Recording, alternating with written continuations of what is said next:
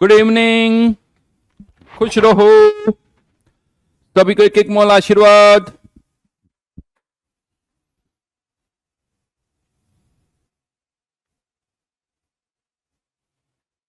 हाँ जी, क्या होमवर्क था? क्या था होमवर्क?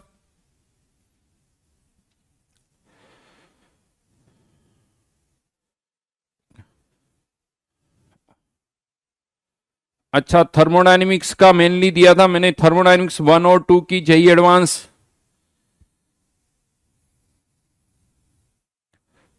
और वो तो एक अलग पार्ट था, बाकी तो काइनेटिक्स में तो कमी था।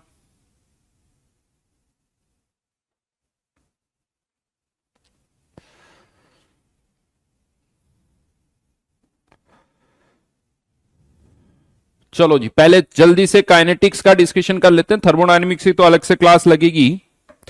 तो काइनेटिक्स में कोई डाउट है क्या?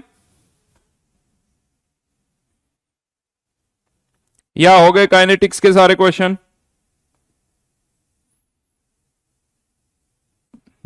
39, 40, 41 और 52। 52 हो गया।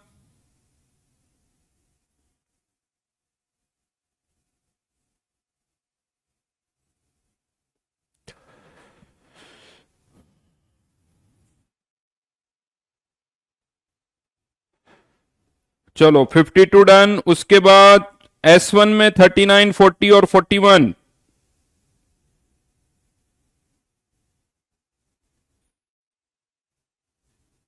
डन। काइनेटिक्स पूरा डन हो गया। 4 ही क्वेश्चन थे, एक ओवन का और बाकी S1 के। और मुझे लगता है सब में फॉर्मूले में वैल्यूज पुट करनी है, सब आसानी से हो जाएंगे। कॉमित क्वेश्चन नंबर 39 में सी की कंसंट्रेशन का फॉर्मूला पता है, ए की कंसंट्रेशन का फॉर्मूला पता है, दोनों का रेशियो ले लो, फॉर्मूले पुट करो। सी और ए, K1 की वैल्यू पुट करो। 1 K2 की वैल्यू दे रखी है 10, 1:10 का रेशियो है, रेशियो लेना है तो 1 और 10 पुट कर दो। और मुझे लगता है क्वेश्चन नंबर 40 में भी यही करना है। क्वेश्चन नंबर 40 में भी यही करना है। चलो मैं 40 बता देता हूं।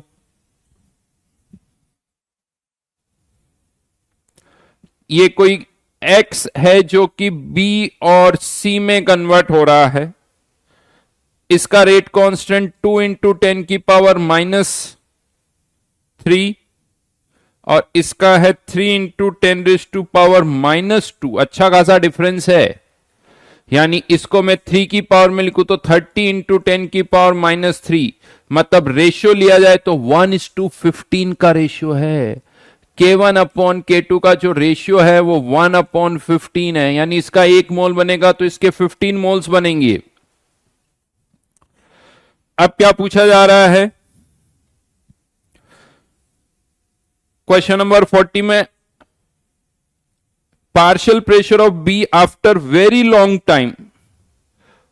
आफ्टर वेरी लॉन्ग टाइम इसका पार्शियल प्रेशर कितना हो गया? 100। अगर इसका 100 हुआ है आफ्टर वेरी लॉन्ग टाइम, जब रिएक्शन कंप्लीट हो गई, तो ये कितना हो गया होगा? 1500। ये 100 तो ये 1500 हो गया। यानी इसका मतलब इनिशियली इसका प्रेशर कितना होगा? क्योंकि इसका 100 हुआ तो इसके 100 के लिए इसका 100 और इसके 1500 के लिए इसका 1500। यानी इनिशियली इसका प्रेशर होगा 1600। अब क्या बताना है? Determine the time when pressure of X, इसका प्रेशर 1600 से कम होके 100 हो जाए। इसका formula AT equals to A0 e⁻⁻K1 plus K2T। क्या बताना है? टाइम। या तो इसको यूज कर लो, फाइनली हो जाए 100। ये कितना है? 1600। e⁻K1 K2 की वैल्यूज पुट कर देना। K1 K2 की वैल्यू 32 × 10⁻³ × T।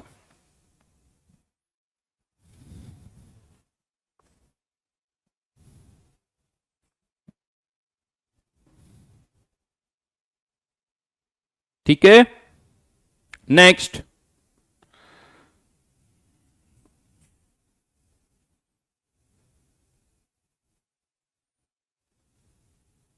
डन। वैसे इसमें एक और चीज बताऊं, ये फॉर्मूला यूज करो, इससे ज्यादा अच्छा पता क्या है, 1600 से 100 होना मतलब पता है कितनी, 4 हाफ लाइफ, 1/2, फिर 1/4, फिर 1/8 और फिर 1/, तो यही बचा, तो 4 हाफ लाइफ। तो चाहो तो ऐसे भी कर सकते हो, टी हाफ निकाल लो और टी हाफ इंटू 4 कर देना, ये आंसर आ जाएगा।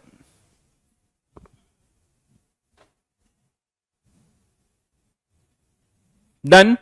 चलो एक बार लास्ट क्लास का दिखाना, कहां तक हुआ है, ऊपर। तो लास्ट क्लास में मैंने आपको केस 1 बता दिया था। यस, याद है किसी को केस 1? केस 1 में हमने लिया था कि अगर K2 K1 से बहुत ज्यादा है तो क्या बताया था, अगर K2 की वैल्यू ठीक है, K2 की वैल्यू K1 से बहुत ज्यादा है तो मैंने आप लोगों को बताया था कि जो इंटरमीडिएट होगा वो जैसे ही बनेगा, बनते ही प्रोडक्ट में कन्वर्ट हो जाएगा, तो उसकी कंसंट्रेशन बहुत कम होगी, बनते ही खत्म, बनते ही खत्म, बहुत कम होगी। इसीलिए हम इस स्टेप को और इस रिएक्टेंट को यहां से गायब कर सकते हैं, यानी आई को, इसको गायब कर दो। इससे क्या फायदा मिला, एक सिक्वेंशियल रिएक्शन सिंपल से फर्स्ट ऑर्डर में कन्वर्ट हो गई। अब आप कह सकते हो कि अगर इसके एक्स मोल रिएक्ट कर रहे हैं तो डायरेक्ट बोल दो इसके एक्स बन रहे हैं, जितने ए के कम हुए उतने ए के वापस से बन गए।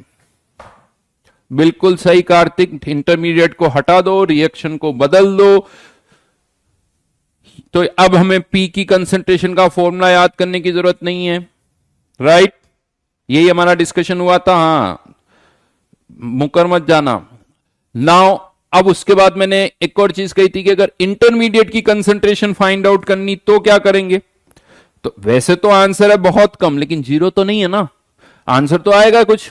तो इंटरमीडिएट की कंसंट्रेशन जब K2 के रेस्पेक्ट में हमने K1 को नेग्लेक्ट कर दिया तो आंसर क्या आया था, K1 upon K2 A not E की पावर माइनस K1T। अब ये आंसर, ये तो फॉर्मूले से आया है, ये आंसर तो फॉर्मूले से आया है, राइट? जब हमने K2 के रेस्पेक्ट में किसको नेग्लेक्ट कर दिया, K1 को। अब यही आंसर एक दूसरे तरीके से आएगा, अब यही आंसर एक दूसरे तरीके से आएगा जिसमें फॉर्मूले यूज नहीं करेंगे, बट रिजल्ट यही आएगा, ठीक है? तो अब यहां पर एक वर्ड मैं और यूज कर रहा हूं, using steady state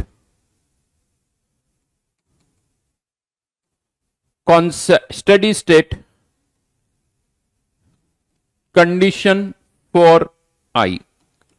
steady state मतलब क्या होता है, एक होता है देखो इक्विलिब्रियम स्टेट, एक होती है स्टडी स्टेट।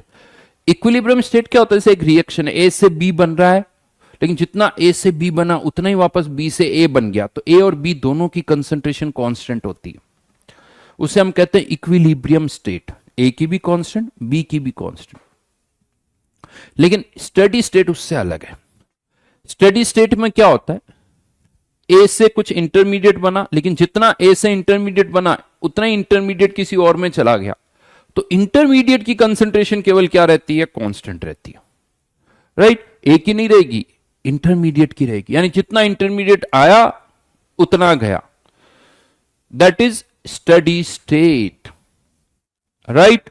तो यहां पर अब हम ये मान लेते हैं कि यार ये जो इंटरमीडिएट है, हमें नहीं पता कि ये स्टडी स्टेट में है या नहीं है, बट मैं मान रहा हूं कि इंटरमीडिएट जो है स्टडी स्टेट में, let I is in steady state, ठीक है? स्टडी स्टेट, इसका मतलब क्या है, इसकी rate of appearance of I equals to rate of disappearance of I. Rate of appearance of I equals to rate of disappearance of I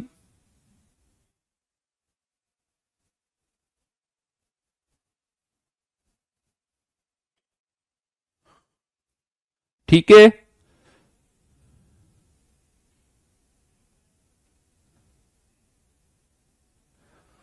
तो बेटा अभी एक दो और कमेंट आए, मैं उस पर बात करना चाहता हूं, लेकिन ये मेरा बहुत इंपॉर्टेंट डिस्कशन है, तो बीच में भी कोई डिस्कशन नहीं। और प्लीज रिक्वेस्ट करता हूं कि ये बाकी के कमेंट आप यहां से हटा दो।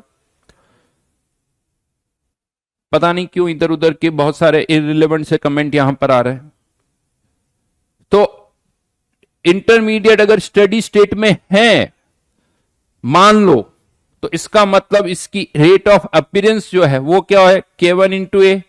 इस रेट से तो ये अपीयर हो रहा है, डिसअपियर किससे हो रहा है, K2 इंटू आई से। इस रेट से ये डिसअपियर हो रहा है, इससे अपीयर हो रहा है। तो यहां से अगर हम इंटरमीडिएट की कंसेंट्रेशन निकालें तो K1 अपॉन K2 ए नॉट ई की पावर माइनस K1T। और ये एक्सप्रेशन सेम है। और ये एक्सप्रेशन कैसे आया, जब K2 के रेस्पेक्ट में हमने K1 को नेग्लेक्ट किया। और अगर ये K2 के रेस्पेक्ट में हम K1 को नेग्लेक्ट करते हैं तो ये सही है, कोई प्रॉब्लम ही नहीं है। और वही एक्सप्रेशन तब आ रहा है जब हम कह रहे हैं कि स्टडी स्टेट है। दैट मीन्स यानी ये दोनों रिजल्ट्स मैच कर रहे हैं, मतलब ये दोनों कंडीशंस भी मैच करेगी। मतलब अगर K2 K1 से बहुत ज्यादा है तो आप ये कह सकते हो कि intermediate will be in steady state. क्यों, क्योंकि मैं स्टडी स्टेट के लॉजिक से जाता हूं तब भी वही answer, K2 is very very greater than K1 के लॉजिक से जाता हूं तब भी वही आंसर। इसका मतलब K2 अगर K1 से बहुत बड़ा है तो इंटरमीडिएट जो होगा वो एक स्टडी स्टेट में होगा। यानी फॉर स्टडी स्टेट, देखो स्टडी स्टेट इंटरमीडिएट ही हो सकते हैं, ये ध्यान रखना। For steady state intermediate, for steady state K2 must be very very greater than K1। For steady state of intermediate लिख दो चाहो तो,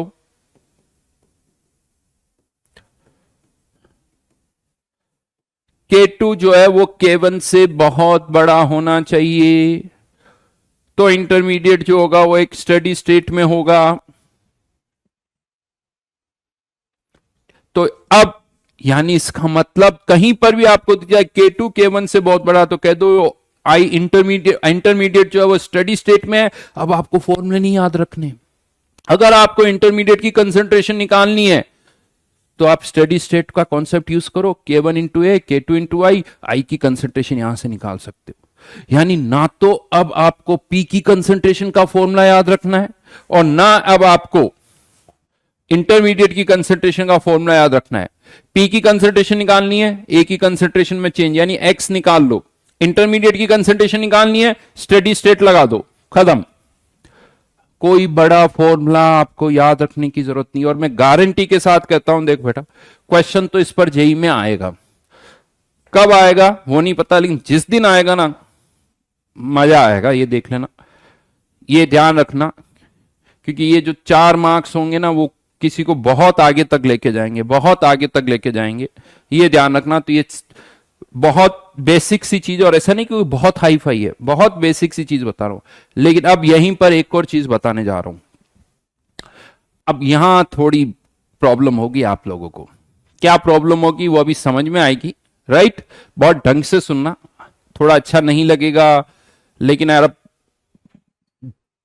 क्योंकि कुछ ऐसी चीज होगी जो तुम्हें लगेगा सर हम ऐसे सोचते हैं, लेकिन सडनली लगेगा कि यार ये तो गलत हो गई, ये गलत हो गया। बट आराम से सुनना, बात पूरी समझना, पजल्ड मत होना, पैनिक मत होना और मैं तो ऐसा सोचता था। और ऐसा नहीं कि कुछ से कुछ गड़बड़ नहीं होने वाली, शब्दों का हेर फेर है केवल। पहले हम कुछ अलग शब्द बोल के वो सोचते थे, अब उसकी जगह थोड़े शब्द सही हो जाएंगे, बाकी सारी रिजल्ट्स वही रहेंगे। रिजल्ट्स अभी भी वही रहेंगे, लेकिन वो जो कहते हैं शब्दों का जो आपको सिलेक्शन करना होता है वो थोड़ा गलत हो जाता, वो था तो वो अब सही करेंगे, बस इतना सा चेंज आएगा, राइट।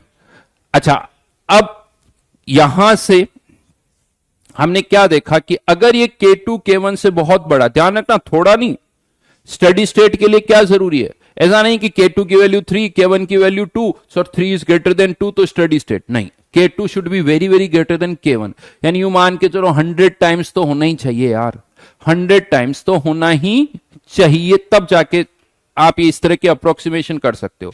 तो स्टडी स्टेट के लिए क्या जरूरी है कि K2 K1 से बहुत ज्यादा, और अगर ये K2, सुनना, अगर ये K2 K1 से बहुत बड़ा है तो ये इंटरमीडिएट स्टेडी स्टेट में होगा, मतलब इसकी अपीयर होने की और डिसअपीयर होने की रेट बराबर होगी।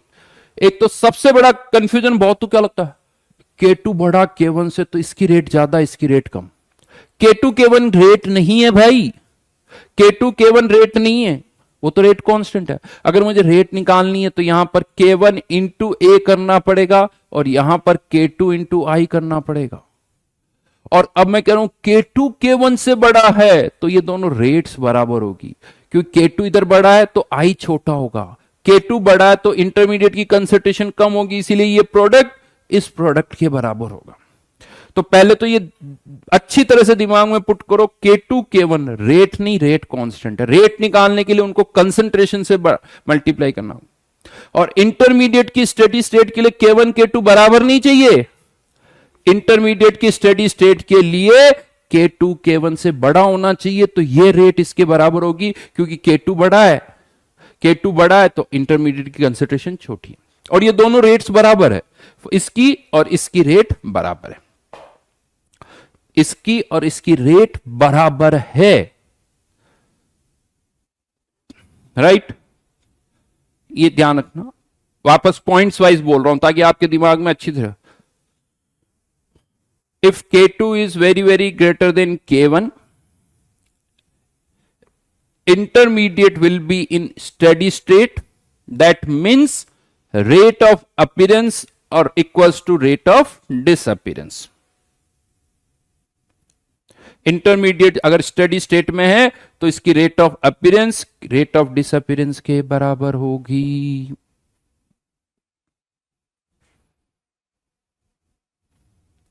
अब एक वापस इस वाले पार्ट पर आता हूं। याद करो, यहां पर मैंने आपसे बड़ी इंटरेस्टिंग एक चीज शेयर की थी। मैंने आपसे क्या कहा था? मैंने आपसे कहा था कि अगर K2 K1 से बहुत बड़ा और P की कंसंट्रेशन का फॉर्मूला में फाइंड आउट करना है, P की कंसंट्रेशन का, तो P की कंसंट्रेशन का फॉर्मूला क्या आया था, याद है? A नॉट 1 माइनस ई की पावर माइनस K1T, यानी फाइनल एक्सप्रेशन में से P की कंसंट्रेशन निकाल में K2 ही गायब हो गया। कर तो हम K2 के रेस्पेक्ट में K1 को नेग्लेक्ट कर रहे थे, लेकिन गायब क्या हो गया? K2। K2 वाली स्टेप, ये वाली स्टेप यहां से गायब हो गई, ये आप कह सकते हो। यानी P के बनने की रेट K1 पे डिपेंड कर रही है, इस K1 की वैल्यू पर डिपेंड करेगी। K2 तो गायब हो गया क्योंकि वो बहुत ज्यादा था, इसीलिए गायब हुआ ही, तो केवल K1 पर डिपेंड कर रही है। यानी फाइनल प्रोडक्ट के बनने की रेट किस पर डिपेंड कर रही है? जिसका रेट कांस्टेंट सबसे कम है। रेट कांस्टेंट सबसे कम है, हाँ या ना? रेट कांस्टेंट सबसे कम है, राइट। और K2 K1 से बहुत बड़ा तो रेट बराबर है, रेट बराबर है, लेकिन इसकी और इसकी रेट की बात करो, रेट कांस्टेंट जिसका कम होगा उस पर फाइनल प्रोडक्ट के बनने की रेट डिपेंड करेगी। इसमें कोई कंफ्यूजन? अब मैं वो वाली वर्ड यूज करना जा रहा हूं जिससे थोड़ी सी प्रॉब्लम होगी। कुछ लोगों ने लिख दिया है, कुछ लोगों ने लिखा है कि एक मल्टी स्टेप रिएक्शन होती है, तो हम बोल देते हैं कि मल्टी स्टेप रिएक्शन में एक स्टेप होती है जिसे RDS कहा जाता है। RDS यानी रेट डिटरमाइनिंग स्टेप। सबसे पहले मैं क्लियर कर दूं, सबसे पहले मैं ये क्लियर कर दूं कि हर मल्टी स्टेप रिएक्शन में RDS हो ये कोई जरूरी नहीं है। हर मल्टी स्टेप रिएक्शन में एक RDS हो ये कोई जरूरी नहीं है। RDS तब होती है जब K1 K2 इनमें डिफरेंस ज्यादा हो। अगर K1 K2 कंपेरेबल है तो फिर कोई RDS नहीं है। हर मल्टी स्टेप रिएक्शन में RDS हो ये जरूरी नहीं है, ये ध्यान रखना। बट कुछ में होती है क्योंकि K1 K2 में डिफरेंस ज्यादा होता है, तो हम ये बोलते हैं कि ओवरऑल रिएक्शन की रेट RDS पर डिपेंड करेगी। और RDS कौन सी होगी, यहां क्वेश्चन आता है। RDS कौन सी होगी, यहां प्रॉब्लम आती है। किसे बोलते हो RDS, ये बताओ आप। कुछ कुछ आंसर आ चुके हैं। किस स्टेप को RDS बोला जाता है?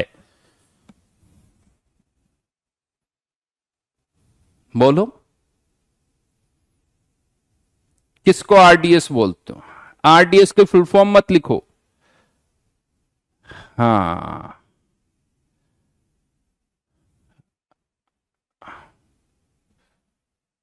दो दो बार मत लिखो, एक एक बार ही लिखो। यस, अब यहां गड़बड़ लिखा आप लोगों ने, ये जो लिख रहे हो वो गड़बड़ है। बट अब मैं बताता हूं, आप पता है आप इसको आरडीएस बोल रहे हो, राइट? मैं भी बोल, इसको आपने आरडीएस बोला, रेट डिटरमाइनिंग स्टेप, क्योंकि पी की बनने की रेट इससे पे डिपेंड करी, तो मैं भी इसको आरडीएस बोलूंगा। लेकिन आप आरडीएस इसलिए बोल, आपके अकॉर्डिंग आरडीएस क्योंकि ये स्लोवेस्ट है, ये स्लोवेस्ट है ही नहीं, ये और इसकी रेट तो बराबर है, इसकी और इसकी रेट तो बराबर है, ये स्लोवेस्ट कैसे है? रेट दोनों की बराबर है, रेट तो दोनों की बराबर है। If K2 is very very greater than K1, दोनों की रेट बराबर है, तो ये स्लोवेस्ट कैसे हुई? ये स्लोवेस्ट नहीं है, रेट दोनों की बराबर है। यानी आपका स्टेटमेंट जो है वो कहां चेंज करना होगा? इसको आरडीएस बोलिए, बट इसको स्लोवेस्ट मत बोलो। आरडीएस कौन सी स्टेप होती है? जिसका रेट कांस्टेंट सबसे कम है। आरडीएस कौन सी स्टेप होती है? जिसका रेट कांस्टेंट सबसे कम होता है। That's it. आरडीएस की डेफिनेशन बदलने की बात कर रहा हूं। मल्टी स्टेप रिएक्शन में आरडीएस कौन सी होती है? जिसका रेट कांस्टेंट सबसे कम होता है। उसको स्लोवेस्ट मत बोलना, गड़बड़ हो जाएगी। That is not slowest. जो आरडीएस है उसकी रेट और इसकी रेट तो बराबर है, फिर ये स्लोवेस्ट कैसे हुई? इसकी और इसकी रेट तो बराबर है, दोनों की रेट बराबर है। तो आरडीएस इज जिसका रेट कांस्टेंट सबसे कम है, हैविंग लोवेस्ट रेट कांस्टेंट।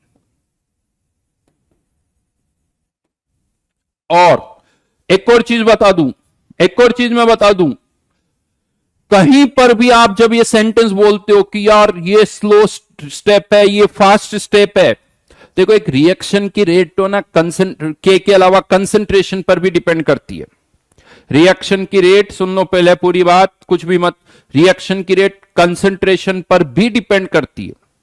एक फर्स्ट ऑर्डर रिएक्शन आपको क्या लगता है हमेशा फास्ट होगी? नहीं, थोड़ी देर के बाद वो भी स्लो हो जाएगी, जब कंसंट्रेशन बहुत कम होगी धीरे धीरे रेट कम हो जाएगी। तो किसी की रेट तो फिक्स ही नहीं है, रेट तो टाइम के साथ वेरी कर रही है। फिक्स क्या है? Rate constant. जब आप बोलते हो ना कि ये स्लो है, उसका रेट कांस्टेंट कम है। जब आप ये बोलते हो कि ये फास्ट है, उसका रेट कांस्टेंट ज्यादा है। कहीं पर भी बहुत, किसी भी बुक में कहीं पर भी कोई कहता है कि ये स्लो स्टेप है, इसका मतलब उसका रेट कांस्टेंट कम है। ये फास्ट है, इसका मतलब इसका रेट कांस्टेंट ज्यादा है। वो अलग बात है कि हम रेट कांस्टेंट से नहीं, रेट से सोच लेते हैं, लगता है अच्छा रेट कांस्टेंट ज्यादा तो रेट भी ज्यादा, काम चल जाता है यार। देखो यहां क्यों गड़बड़ हो रही, मैं ये क्यों रेट कांस्टेंट ज्यादा सर यहां क्यों हो रही? क्योंकि कंपैरिजन मोड में आ गए। आपने इसको स्लोवेस्ट बोल दिया तो आपके अकॉर्डिंग ये फास्ट हो गई, और अगर इसको फास्ट बोलोगे तो फिर स्टेडी स्टेट में गड़बड़ कर दोगे आप। क्योंकि यहां पर क्या हो रहा है, आपका जो स्टेटमेंट जो आप यूज करते आ रहे हो उससे कुछ और प्रॉब्लम कहीं नहीं हो रही है, लेकिन यहां पर मेरे को उस स्टेटमेंट से प्रॉब्लम हो रही है, जिसलिए मैं इतना बता रहा हूं। लेकिन इसको समझाने के लिए मुझे इतनी मेहनत करनी पड़ी बेटा, इतनी ज्यादा मेहनत करनी पड़ी, तब जाके अभी ये मेरे पास कहता ना प्रूफ है ऑन पेपर। इसीलिए थोड़ा सा क्या होता, नहीं तो आप लोग उसको कोई भी चीज जो होता ना, एक आदमी जब पहली बार पढ़ता ना उसके दिमाग में फिट हो जाती है, फिर वो उसको चेंज नहीं करना चाहता, फिर उसको चेंज नहीं करना चाहता। इनर्शिया जो होता है ना, इनर्शिया, रेजिस्टेंस टू चेंज, वो बहुत जोरदार होता है। उसे लगता नहीं मैं सही हूं साहब, मैं चेंज नहीं होऊंगा, चाहे वो कितना भी मतलब लगा कॉन्सेप्ट तो ठीक लग रहा है, लेकिन सर मैं ही सही हूं सर, बात तो आपकी सही है लेकिन मैं ही सही हूं बस।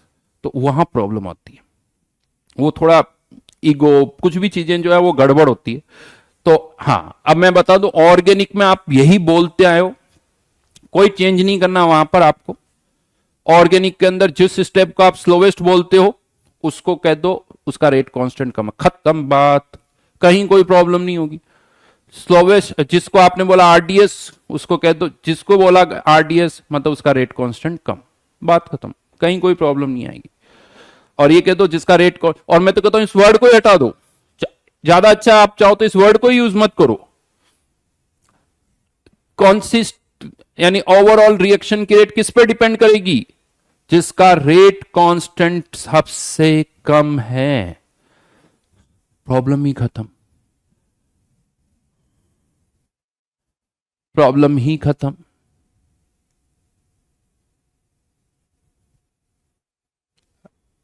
राइट? तो ये मैं करना चाहता हूं, ध्यान रखना फिर से K2 K1 से बहुत बड़ा है, इंटरमीडिएट स्टेडी स्टेट में दोनों की रेट बराबर, और P के बनने की रेट किस पे डिपेंड करेगी? जिसका रेट कांस्टेंट सबसे कम है। और आप इसको RDS बोलना चाहो तो बोल सकते हो, बट जिसका रेट कांस्टेंट सबसे कम है, स्लोवेस्ट वर्ड काट देना, स्लोवेस्ट वर्ड काट देना।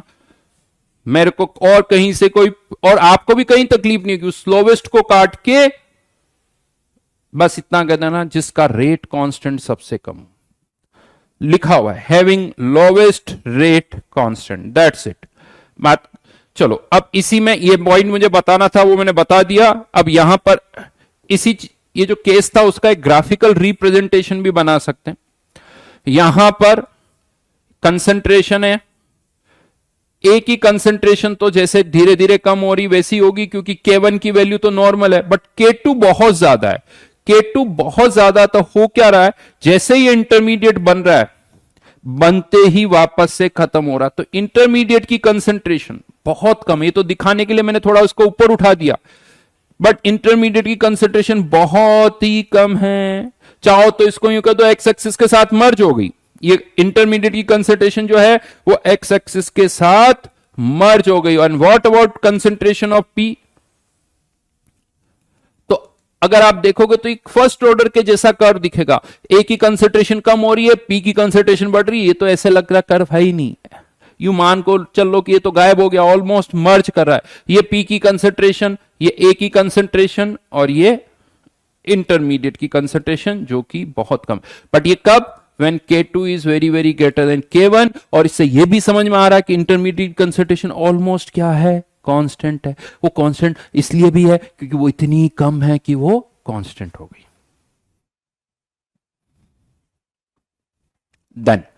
अब मैं आगे बढ़ रहा हूं, ऐसा भी तो हो सकता है case 2, if K1 is very very greater than K2, उल्टा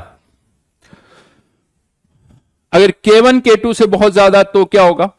फिर से फॉर्मूला लिखते हैं, K1 upon K2 minus K1 a naught e की पावर माइनस K1T माइनस ई की पावर माइनस K2T। अगर K1 K2 से बहुत बड़ा है तो यहां पर मैं इस K2 को क्या कर दूंगा? नेग्लेक्ट। यहां पर इसको क्या कर दूंगा? नेग्लेक्ट। तो बचा क्या यहां पर? बचा क्या यहां पर? K1 भी कैंसिल, ये माइनस और अंदर का माइनस प्लस हो जाएगा, तो यहां पर आंसर आ जाएगा ए नॉट ई की पावर माइनस K2T। यही आया। अब आप सोचो ये फॉर्मूला क्या बता रहा है आपको? ये फॉर्मूला आपको क्या बता रहा है? T इक्वल्स टू 0 पर, T इक्वल्स टू 0 पर इंटरमीडिएट की कंसंट्रेशन क्या आएगी? यहां से T 0 पुट करूंगा तो यहां से इंटरमीडिएट की कंसंट्रेशन क्या आएगी बताओ?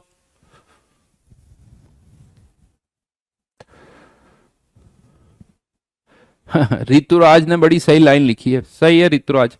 New information registered updated successfully, very good,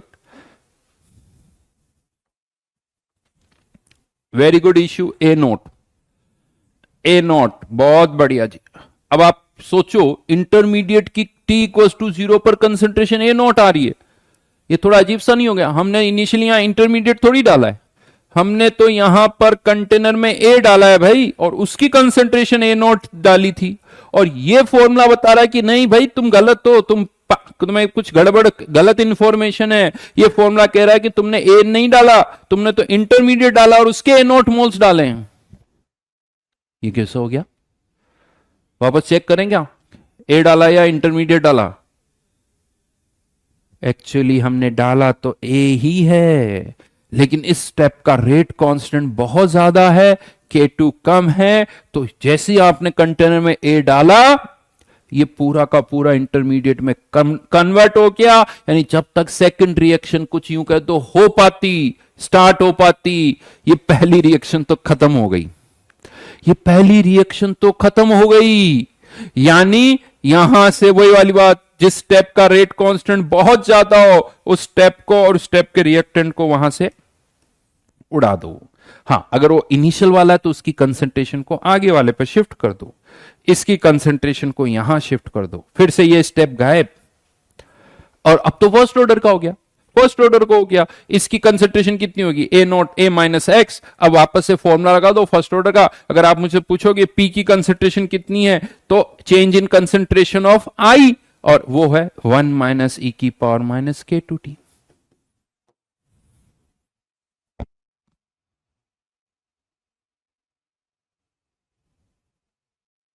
नहीं, फिर से सिंपल सा फर्स्ट ऑर्डर, फिर से फर्स्ट ऑर्डर, यहां पर भी फर्स्ट ऑर्डर। ये स्टेप हटा दो, गायब कर दो, ए नॉट से पी आ जाए।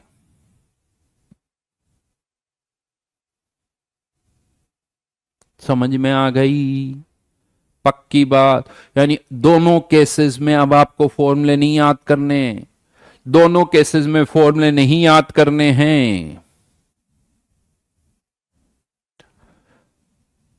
समझ गए? हां, बहुत बढ़िया। और इसका कर्व कैसा होगा, इस पर्टिकुलर केस का कर्व कैसा होगा वो बता देता हूं। यहां पर ये ए की कंसंट्रेशन जो है, ए की कंसंट्रेशन सडनली कम हो गई,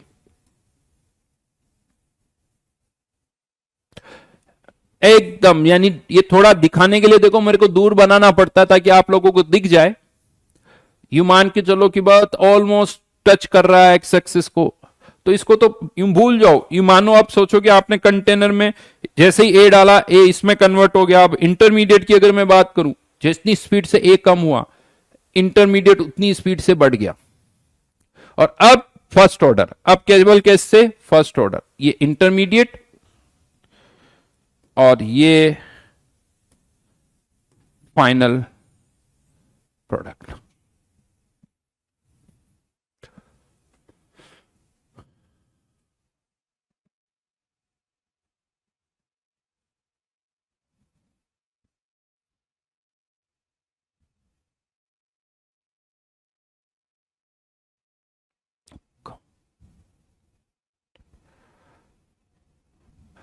फिर वापस दोनों की रेट सेम है, तो रेट किसने कहा सेम है बेटा? यहां किसने कह दिया रेट सेम है कौशल? यहां किसने कहा रेट सेम है? इसकी रेट बहुत ज्यादा, इसकी रेट बहुत कम है।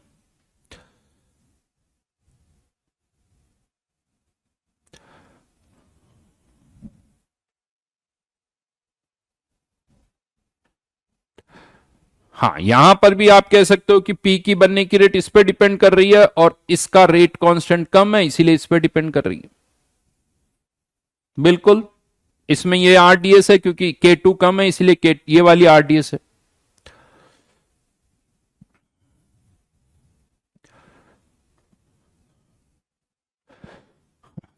इक्विलिब्रियम नहीं है बेटा, अभी सारी रिएक्शन फॉरवर्ड में आ रही, कोई बैकवर्ड में नहीं आ रही है, कोई बैकवर्ड में नहीं आ रही, इसलिए कहीं यहां इक्विलिब्रियम वाली बात नहीं, सब फॉरवर्ड जा रहा है।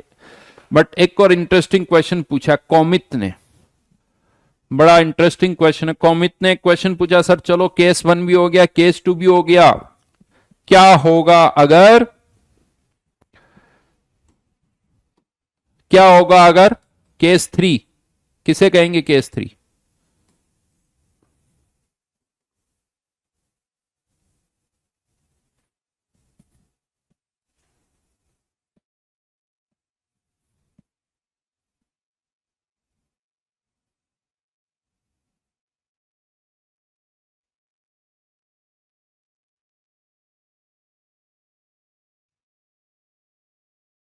बहुत।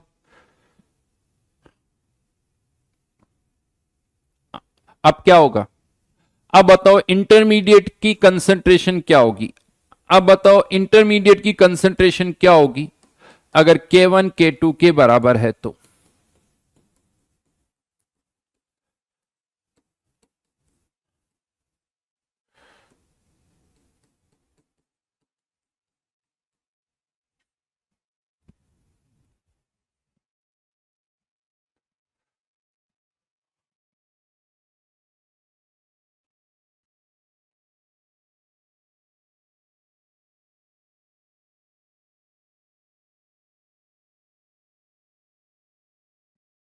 हम्म, बोलो। इन्फानाइट? इन्फानाइट जीरो मतलब बनेगा ही नहीं। कोई कह रहा है इन्फानाइट और कोई कह रहा है जीरो। आप सोचो, रेंज देखो आपकी, जीरो से इन्फानाइट तक में वेरी कर रही है। और कोई कह रहा है सर इनडिटर्मिनेंट फॉर्म है, मतलब पता ही नहीं कर सकते आप, मतलब इंटरमीडिएट होगा ही नहीं। कुछ तो होगा प्रैक्टिकली तो। हम्म। आयुष ने कुछ लिखा है और कमेंट बॉक्स बड़ी फटाफट जा रहे हैं, तो मैं आपको बता दूं। यस, यहां K1 K2 पुट करते हो तो ये 0/0 वाली फॉर्म आ जाती, जो कि ऐसा नहीं 0/0 आंसर नहीं होएगा। आपको आंसर निकालना पड़ेगा और लिमिट्स लगानी पड़ेगी। लिमिट्स लगानी पड़ेगी when K1 equals to K2। क्या लिमिट्स लगा के कोई आज आंसर बता सकता है? क्या आप में से कोई है जो इस पर लिमिट्स लगा के K1 equals to K2 answer निकाल सकता है? लिमिट्स हो चुका है, मुझे पता है ना। 0/0 फॉर्म में बेटा, वो लिमिट्स लगानी पड़ेगी।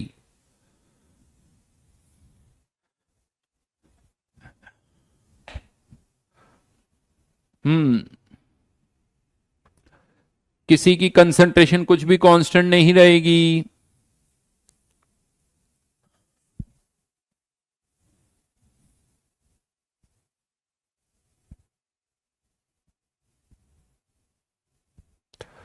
हाँ, वो कैसे लगाओ तुम, वो तुम्हारे ऊपर है।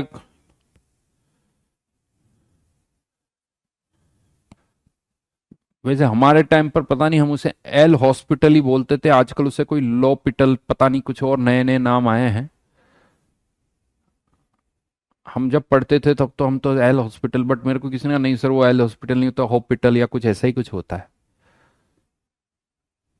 अब आई एम नॉट श्योर कि क्या होता है, जो भी है।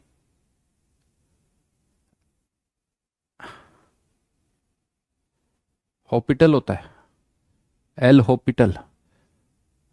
चलो, हॉस्पिटल ठीक लगता है यार। आंसर बता दो अब।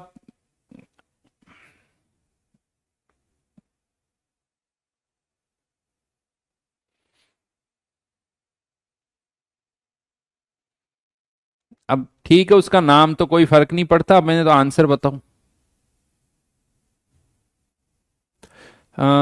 केटी किसी ने लिखा है, हर्षित ने आंसर लिखा है। हर्षित ने आंसर जो लिखा है, दीप, एक और किसी ने दी को, भावादीप ने भी लिखा है। भावादीप का भी सही है, वेरी गुड। और किसी ने भी लिखा था, मैं नाम यार नाम देखने जाता हूँ, फॉर्मूला सही देखता जब तक नाम तक पहुंचता हूँ मेरी घड़ी।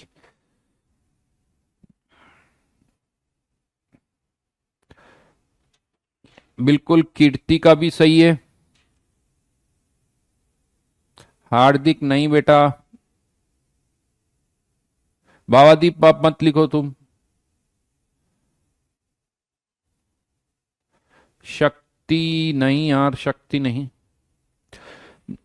तो या तो तुम e⁻k2t को कॉमन लेके, e⁻k2t को कॉमन लेके बाइनोमियल एक्सपांशन कर देना, उससे भी हो जाएगा। मैं डायरेक्ट आंसर लिख रहा हूं और डायरेक्ट आंसर में आएगा K1 upon K, sorry K1T, यहां से सॉरी ये ध्यान रखना ये A नोट है ना, A नोट e की पावर माइनस K1T। अब वो K1 लिखो या K2 डजेंट मैटर। और यहां पर मैं आपको बता दूं, अगर K1 K2 बराबर है, ये स्टेडी स्टेट नहीं है, इंटरमीडिएट की कंसंट्रेशन कांस्टेंट नहीं होगी, intermediate concentration will not be constant. ये कांस्टेंट कब होती है? जब K2 K1 से बहुत ज्यादा हो, तब वो कांस्टेंट होती है। अभी ऐसा कुछ नहीं होगा। तो यानी इसका कर्व वापस जैसे पहला कर्व बनाया था ना हमने स्टार्टिंग में जो कर्व प्लॉट किया था, इसका कर्व वैसे ही आएगा, फर्स्ट वाला। बात समझ में आ रही होगी। ये कहीं स्पेशल नहीं है, किसी की भी कंसंट्रेशन कांस्टेंट नहीं है, ध्यान रखना।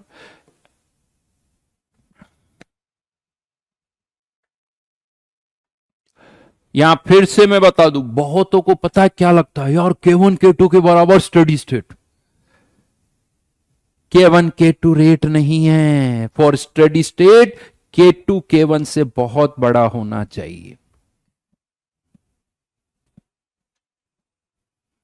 ये कुछ इसमें बस मैथमेटिकली ऐसा कुछ आ रहा है, इसलिए यहां पर लिमिट्स लेनी पड़ रही है।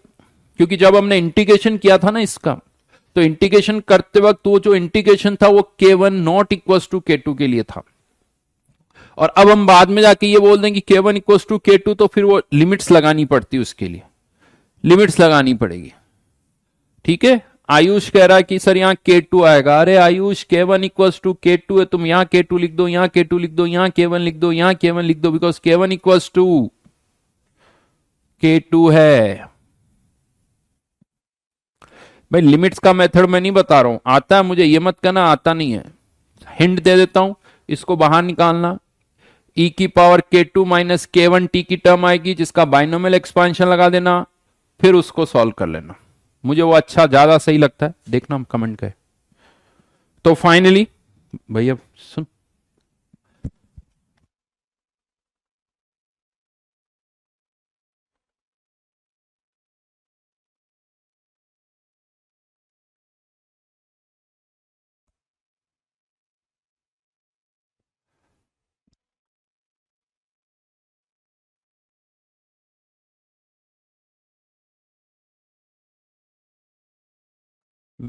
हाँ जी,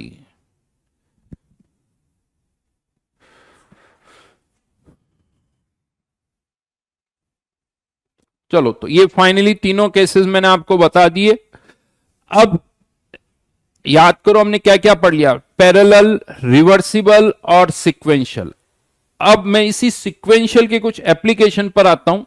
हेडिंग डालिए, रेट कांस्टेंट,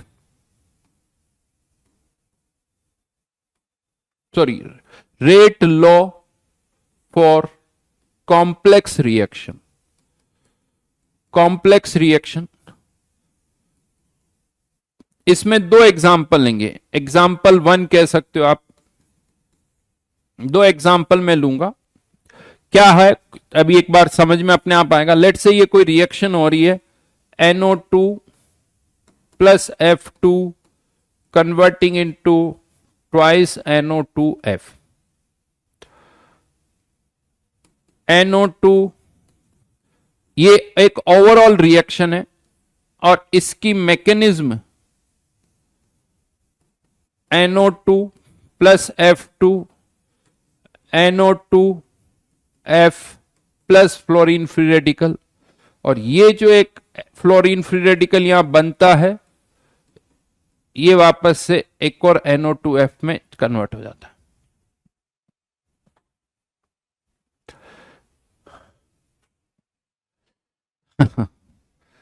हाँ जी, भावादीप नहीं हो, भावदीप हो, ठीक है, ओके। तो यहां पर ये जो रिएक्शन है वो एक स्टेप में नहीं हो रही है, ये दो स्टेप में हो रही है, इसीलिए हम इसे कॉम्प्लेक्स रिएक्शन बोल सकते हैं, मल्टी स्टेप रिएक्शन बोल सकते हैं। और अब ये जो एक मल्टी स्टेप रिएक्शन है, इसका रेट कांस्टेंट है K1, इसका रेट कांस्टेंट है K2।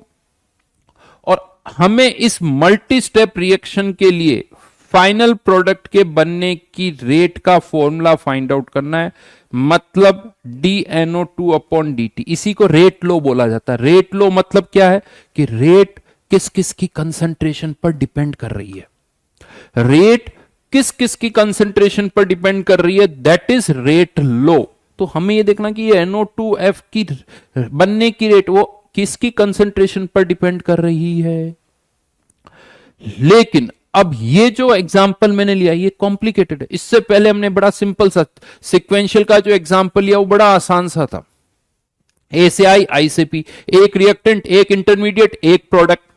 यहां पर तो दो रिएक्टेंट, इंटरमीडिएट भी बन रहा है, साथ में एक प्रोडक्ट, प्रोडक्ट यहां से भी बन रहा है, प्रोडक्ट यहां से भी बन रहा है।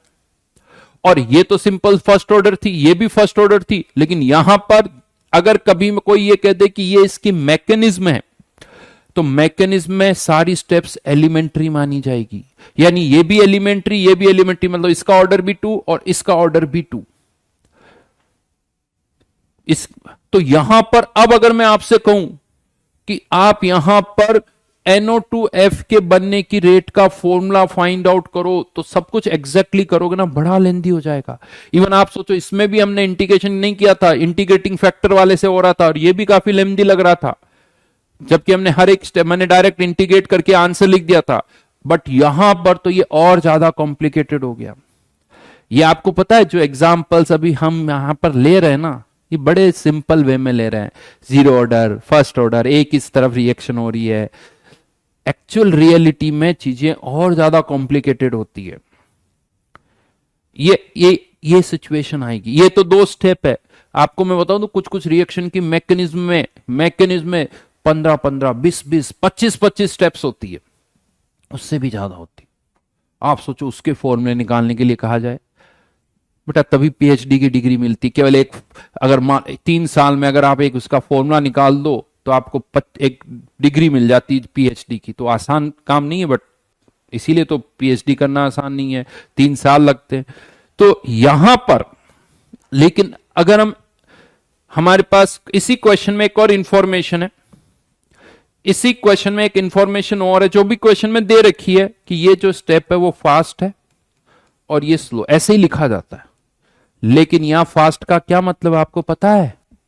यहां फास्ट का मतलब है इसका K1 कम है, यहां स्लो का मतलब उल्टा लिख दिया मैंने, ये स्लो और ये फास्ट। ये क्वेश्चन में दे रखा है, मतलब K1 कम है, K2 की वैल्यू ज्यादा है। K2 is very very greater than K1, ये क्वेश्चन में दे रखा है। तो अब यहां पर जब हमें ये पता है कि K2 K1 से बहुत ज्यादा, तो हमारे शॉर्टकट लगाएंगे ना यार। ये शॉर्टकट सीखे क्यों थे? इसीलिए तो सीखे थे कि ताकि हमें बड़े बड़े फॉर्मूले डिराइव करने की जरूरत ना पड़े। तो अब मैं यहां पर दूसरे तरीके से आपको बताता हूं शॉर्ट में कैसे आप यह आंसर निकाल सकते हो। लेकिन वही आंसर अगर आप एक्चुअल तरीके से निकालने लगोगे ना, कम से कम 2-3 पेज तो भर जाएंगे, कम से कम 3 पेज। और समझ में आए ना है वो एक अलग बात है, बट 2-3 पेज तो भरेंगे, तब जाके आप फाइनल आंसर तक पहुंचोगे। और उसके लिए अच्छी खासी मैथमेटिक्स आनी चाहिए, इंटीग्रेशन अच्छा खासा आना चाहिए, तभी कर पाओगे, अदरवाइज नहीं कर पाओगे। हम कैसे करेंगे वो बताता हूं। 2 तरह से आंसर निकाल सकते हैं, 2 तरीके से आंसर निकाल सकते हैं। पहला तरीका यूजिंग RDS मेथड। और अब मैं क्या कर रहा हूं वो देखना। जो तरीका है वो यूं कह तो सीधा सीधा रटना पड़ेगा, मेमोराइज करना पड़ेगा कि सर की पहली स्टेप, दूसरी स्टेप। RDS मेथड क्या कहता है कि ओवरऑल रिएक्शन की रेट, देखो इधर देखना, सबसे पहले यहां अगर RDS मेथड यूज करो तो यहां ROR लिख दो, रेट ऑफ रिएक्शन, यहां आके ROR लिख दो। और RDS मेथड ये कहता है कि इस ओवरऑल रिएक्शन की जो रेट है, ये वाली जो रेट है, equals to rate of RDS। और ध्यान रखना रेट ऑफ RDS मतलब जिसका रेट कांस्टेंट सबसे कम, इसका रेट कांस्टेंट सबसे कम, तो ये K1 into NO2 into F2, right. और ये ROR, अब आप इस रेट ऑफ रिएक्शन को NO2 की टर्म में भी लिख सकते हो, F2 की टर्म में और NO2F की टर्म में, आपकी इच्छा हो जिसकी टर्म में लिखो। तो ये 1/2 मैं NO2F की टर्म में लिख रहा हूं, तो 1/2, क्योंकि रेट ऑफ रिएक्शन है, इसीलिए 1/2 DNO2F अपॉन dt।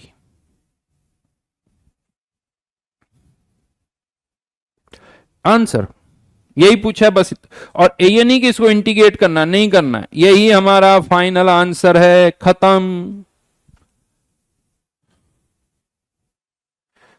विनय, मैंने बोला है आपको गिवन होगा कौन सी स्टेप स्लो है कौन सी फास्ट है, डेफिनेटली गिवन होगा, लिखा होगा क्वेश्चन में ये स्लो और ये फास्ट है।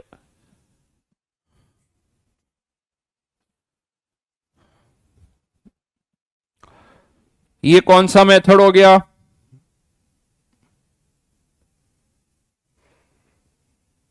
RDS method. बट यही फॉर्मूला हम स्टडी स्टेट से भी निकाल सकते हैं, यही आंसर हम स्टडी स्टेट से निकाल सकते हैं। इतना ही पूछा जाएगा आप लोगों को, बस कुछ मत करना, इस 2 को इधर लाके और लिख देना, ये इधर ये वैल्यू निकालनी तो इस 2 को इधर लाके लिख देना, दैट्स इट।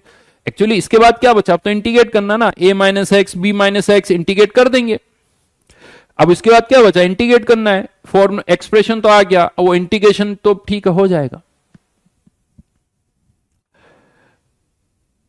और दीपक भाई साहब पूछ रहे इक्विलिब्रियम, दीपक इक्विलिब्रियम के बहुत पीछे पड़ा है तुम, हैं? जो बता रहा हूं वो कर ले बेटा, जो है उसमें थोड़ा सा मतलब उसमें पेशेंस रख लो, अभी बता दूंगा तो सर वापस समझा दो वापस समझा दो, जो है उससे मतलब नहीं है।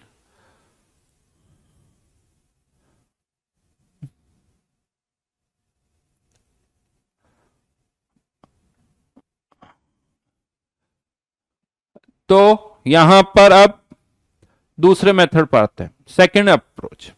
ये था यूजिंग RDS मेथड, अब यूजिंग स्टडी स्टेट मेथड। पहले तो चेक करके बताओ क्या स्टडी स्टेट लगाई जा सकती है, क्या हम यहां पर स्टडी स्टेट लगा सकते हैं?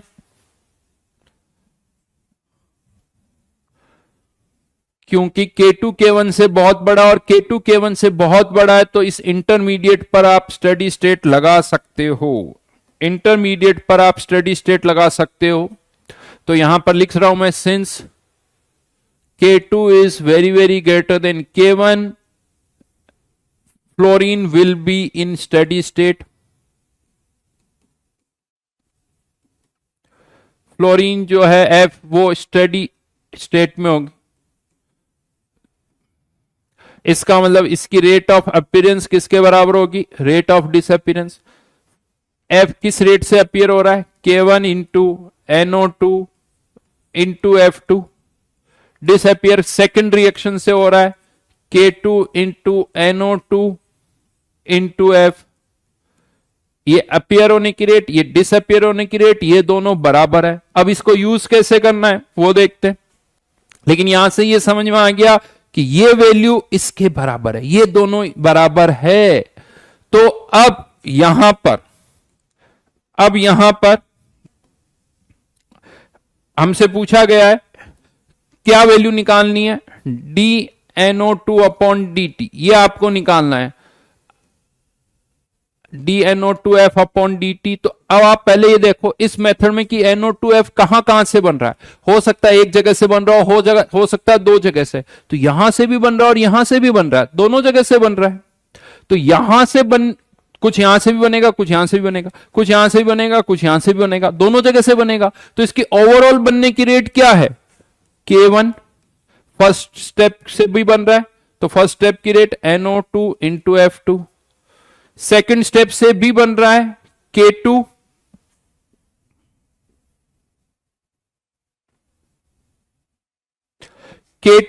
Into NO2 into F2, right. First step से भी सेकंड स्टेप से भी टोटल इस तरह से बन रहा है। और हम देख रहे हैं कि ये और ये वैल्यू सेम है, यानी ये और ये वैल्यू सेम है, ये और ये वैल्यू सेम है, तो 2 टाइम्स करके लिख दो, 2 times K1 NO2 into F2।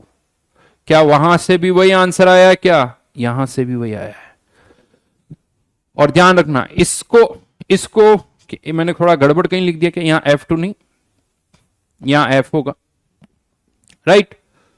इसको रिप्लेस कर दो, यानी कोशिश आपको हमेशा क्या करना है, फाइनल एक्सप्रेशन में कोई इंटरमीडिएट नहीं आना चाहिए। तो फाइनल एक्सप्रेशन में कोई इंटरमीडिएट नहीं आना चाहिए, इसलिए हमने इसको इससे रिप्लेस कर दिया। अब दोनों एक्सप्रेशन सेम है, दोनों मेथड से आंसर वही आ रहा है।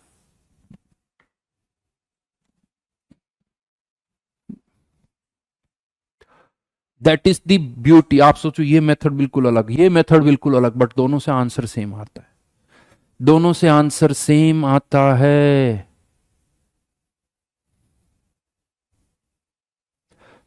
ओ बिल्कुल दीपक, बिल्कुल, थैंक यू यार। हाँ हाँ, लिख दिया लिख दिया लिख दिया। बड़ा अच्छा लगता है, मैं कोई गलती करता हूं ना टूट पड़ते हो। तुम्हें भी बहुत मजा आता है, लेकिन मुझे भी बहुत आते हैं। तुम्हें मजे इसलिए आते होंगे, देखो सर ने गलत लिखा है, देखा, और मैंने बताया, मैंने बस बताया, ये अच्छी बात है, तो इससे तुम्हें मजा आते हैं। और मुझे पता है क्यों मजा आते हैं, कि तुम कितना ढंग से सुन रहे हो, कितना ढंग से देख रहे हो। नहीं तो जनता को ऑनलाइन में तो जनता वो स्टार्ट करके सो जाती, कोई सुनता थोड़ी है। नहीं, बहुतों को यही लगता है कि ऑनलाइन में लोग ऑन करके सो जाते हैं, उन्हें कोई इस क्लास में आके बिठाए, दिखाए उनको, तब उनको समझ में आएगा। नहीं,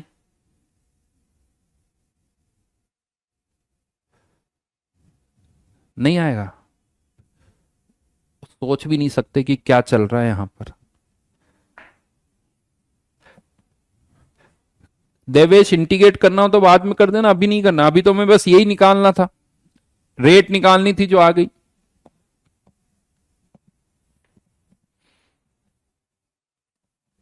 हाँ मुझे पता है बहुत सारी जनता कमेंट नहीं करती, सब सुनती है, लेकिन जब भी देखो, मुझे बहुतों के नाम में, कुछ लोग कंटिन्यूसली कमेंट करते हैं, कुछ लोग जब सब्जेक्ट से हटके बात होती तब, हर एक का अपना अलग है ना, अलग एरिया है, जिससे कभी क्वेश्चन पूछो तो कुछ अलग नामों से आंसर आते हैं। कुछ ऐसे होते हैं जब मैं पढ़ा रहा होता हूं तो बीच बीच में कुछ भी कमेंट करते हैं, और कुछ ऐसे होते हैं जब मैं पढ़ाने के अलावा जब दूसरी बातें करता हूं तब उनकी नींद जगती है, अरे सर अब हम आए मैदान पे, अब हम मैदान में उतरने वाले, तो हर हर टाइम पर एक अलग ग्रुप मैदान में उतरता है।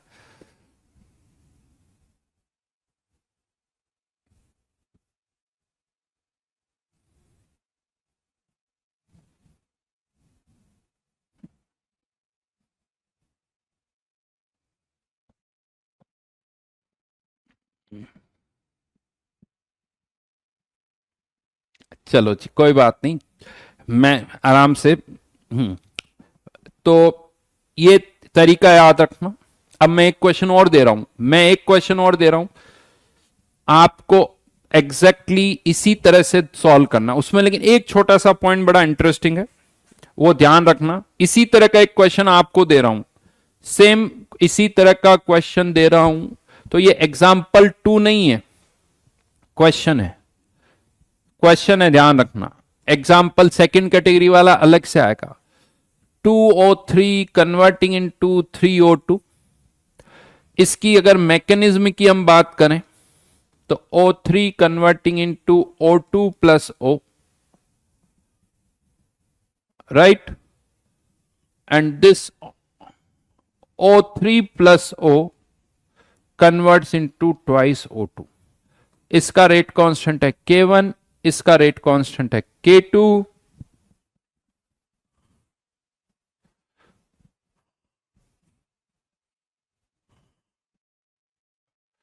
और गिवन है अगेन ये स्लो और ये फास्ट।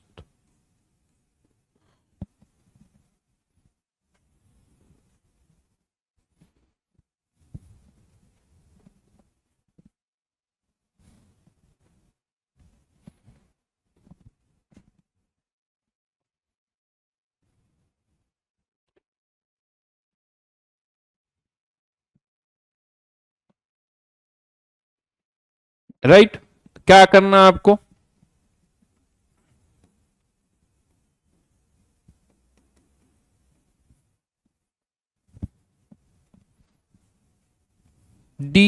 O3 नहीं O2,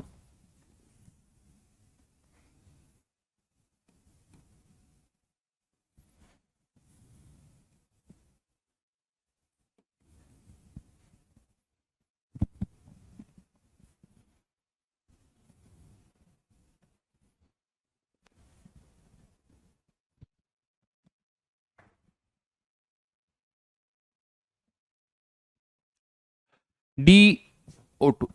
दोनों तरीके से, पहले ढंग से करो, ऐसे नहीं। पहले आरडीएस वाले मेथड से आंसर निकालो, पहले आरडीएस वाले से, फिर स्टडी स्टेट से, और चेक करो दोनों से सही आ रहा है या नहीं आ रहा है। एक पॉइंट यहां अलग है, मैं फिर से कह रहा हूं, थोड़ा सा अलग है। आरडीएस वाले से तो बहुत जल्दी आंसर आ जाएगा। आरडीएस वाली स्टेप्स जो मैंने लिखी है उसको कॉपी करना, जो मैंने लिखी है आरडीएस वाली स्टेप्स उसको एग्जैक्टली कॉपी करना। मैंने बहुत अच्छा कि यहां आरओआर लिखो, ओवरऑल रिएक्शन आरओआर कहां लिखना है वो देखना, फिर रेट ऑफ आरडीएस, फिर आरओआर को कैसे लिखना है वो सब एग्जैक्टली कॉपी करना। कुछ लोगों ने आंसर गलत लिखा है, कुछ लोगों ने आंसर गलत लिखा है, वो एग्जैक्टली मेरी बात को नहीं समझ रहे हैं।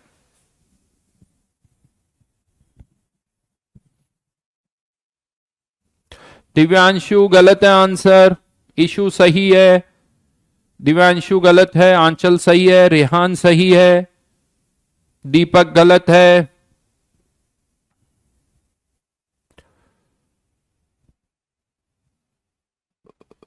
यार चले गए, रूपाक्षी,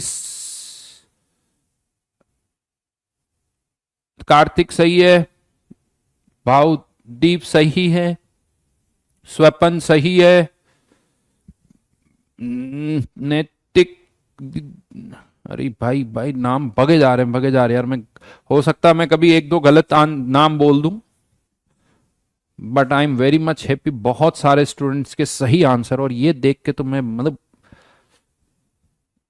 क्या बोलूं भाई, मजा आ जाता है, सही बता रहा हूं पढ़ा के।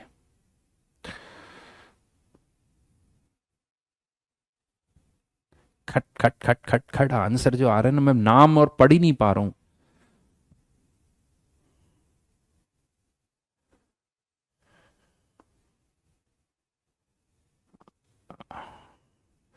सही कह रहे हो तुम।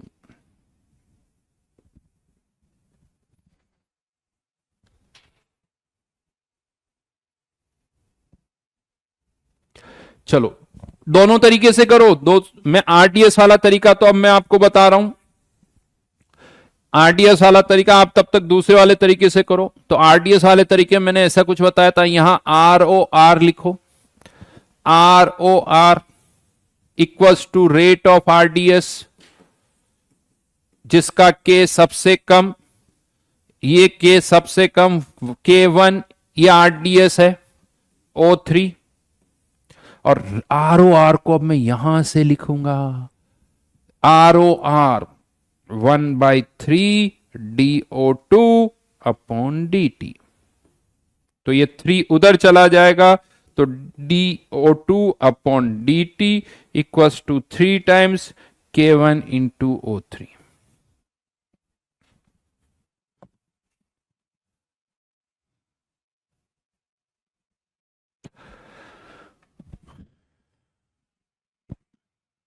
अब बताइए, क्या स्टडी स्टेट से भी यही आंसर आ रहा है? क्या स्टडी स्टेट से भी यही आंसर आ रहा है? वहां एक अच्छी चीज है, वो सही करनी पड़ेगी। शिवम सेम हियर,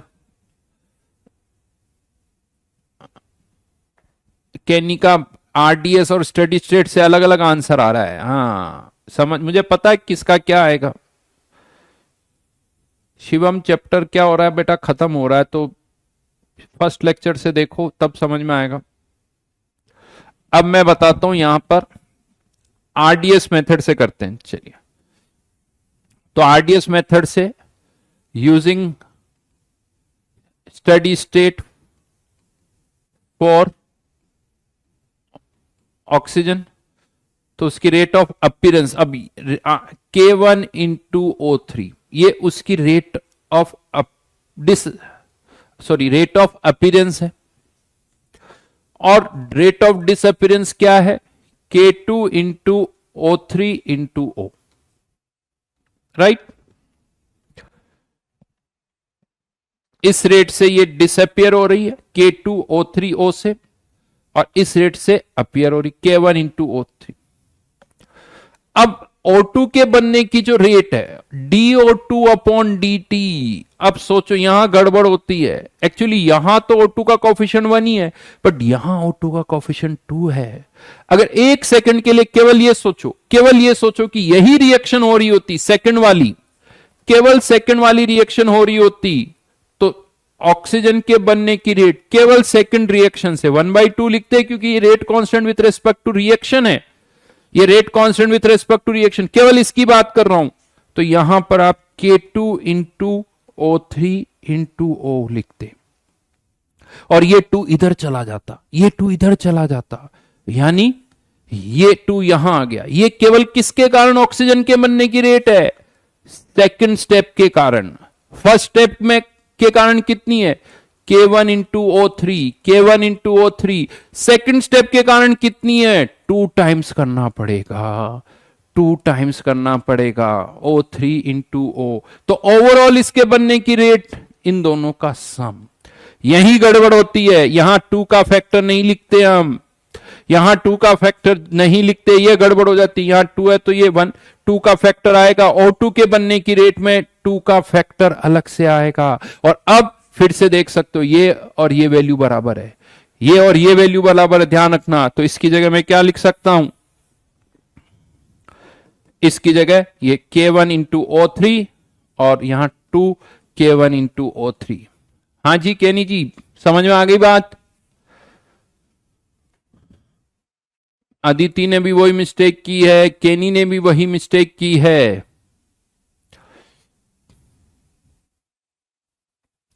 शिवम बेटा अभी कुछ और पढ़ा रहा हूं, बीच में अब कोई और कमेंट नहीं होगा, या तो चैप्टर के लास्ट में पूछना, मतलब लेक्चर के लास्ट में।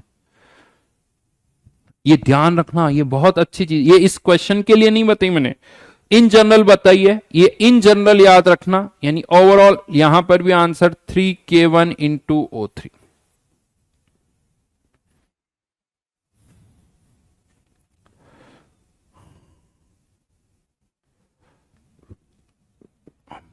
ठीक है, देन एग्जाम्पल 2 पर आ रहा हूं। एग्जाम्पल 2 ये थोड़ा अलग है, twice NO plus O2 converting into twice NO2, लेकिन इसकी मैकेनिज्म कुछ इस तरह की है, twice NO converting into N2O2, और ये जो N2O2 है ये O2 के साथ कंबाइन होके ट्वाइस NO2 बनाता है। और ये जो रिएक्शन है ये फॉरवर्ड में भी जा रही है, बैकवर्ड में भी जा रही है। इसका रेट कांस्टेंट K1 और इसको हम लिखते हैं K-1। इसको थोड़ा नीचे लिख देता हूं,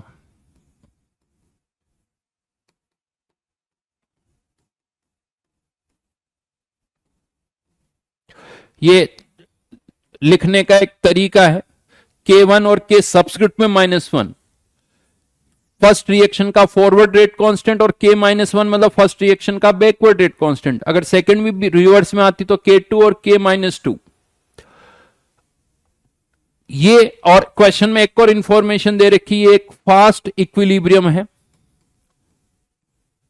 और ये स्लो है। ये सब क्वेश्चन में दे रखा है और आपको फाइंड आउट क्या करना है, आपको फाइंड आउट क्या करना है, इन सब में एक ही चीज है, फाइंड आउट क्या करना है, फाइनल प्रोडक्ट के बनने की रेट, उसी का रेट का एक्सप्रेशन निकालना है, जिसे हम कहते हैं रेट लो। रेयान बेटा कितनी बार बोल दिया, ये सब इक्वेशन में दे रखा होगा, फिर भी वही वाली बात है यार। तो ये क्वेश्चन में दे रखा है, ये आपको फाइंड आउट करना है। जब इतना बोल दिया कि स्लो भी दे रखा होगा, फास्ट भी दे रखा होगा, फिर पूछते हो कि मैकेनिज्म दे रखी है क्या, तो क्या कर रहे हो तुम हैं? तो यहां पर अब ये अलग केस है, देखो ऐसा मैंने, अब इसमें हमारे पास जो शॉर्टकट में लगाऊंगा, जो शॉर्टकट में लगाऊंगा वो पहले नहीं बताया आपको। अभी आरडीएस वाला तो मैंने समझाया था, स्टेडी स्टेट समझाया था, ये बिल्कुल अलग केस है। इसमें रिवर्सिबल और सिक्वेंशियल दोनों मिक्स हो गए साहब, रिवर्सिबल और सिक्वेंशियल दोनों ही मिक्स हो गए यहां पर। तो अब क्या करें बताता हूं, तरीका क्या है। पहले तो ये देखो कि NO2 केवल कौन सी स्टेप से बन रहा है, इससे बन रहा है, इससे तो बन ही नहीं रहा है, तो NO2 के बनने की rate 1/2 K2 N2O2 into O2। अब यहां कॉन्सेप्ट ये होता है कि जब भी कोई रेट लो लिखोगे उसमें इंटरमीडिएट नहीं आना चाहिए, क्योंकि उसकी लिमिट क्या लगाओ, पहले भी जीरो बाद में भी जीरो, तो इंटरमीडिएट की लिमिट क्या लगाओगे, क्योंकि वो तो ना स्टार्टिंग में था ना बाद में था। इसलिए इस इंटरमीडिएट को हमें यहां से गायब करना है। वो कैसे करें, ये इंटरमीडिएट यहां पर नहीं होना चाहिए। जैसे इस वाले में भी हमने किसको गायब किया था, इस वाले,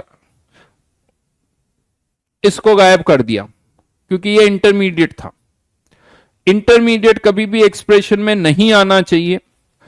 वो अब हम कैसे करें, उसका तरीका मैं बता रहा हूं। क्या करना है, क्यों वर्ड मत पूछना कि क्यों ऐसा करना है, क्या करना है वो बता रहा हूं। तो यहां पर अब इस लाइन की इंपॉर्टेंस है। ये जो लाइन आप यहां देख रहे हो ना, फास्ट इक्विलिब्रियम, इसका मतलब है कि इस रिएक्शन को इक्विलिब्रियम में आने में बहुत कम टाइम लगेगा। इसका मतलब ये है कि ये K1 भी बहुत ज्यादा है, K-1 भी बहुत ज्यादा है, यानी K2 के रेस्पेक्ट में K1 और K-1 दोनों ही बहुत ज्यादा है। ये रिएक्शन स्लो है, ये स्लो है, इस K2 की वैल्यू कम है, K1 K-1 ज्यादा है। फास्ट इक्विलिब्रियम मतलब इस रिएक्शन को इक्विलिब्रियम में आने में बहुत कम टाइम लगेगा। अब जब आप कभी भी इक्विलिब्रियम का एक्सप्रेशन लिखते हो ना, के इक्विलिब्रियम, के फॉरवर्ड अपॉन के बैकवर्ड, ये जब हम लिखते हैं, ये कब लिखते हैं, जब सिस्टम इक्विलिब्रियम पर हो, तब आप ये लिख पाते हो। यानी N2O2 की कंसंट्रेशन अपॉन NO की कंसंट्रेशन का स्क्वायर, NO की कंसंट्रेशन का स्क्वायर।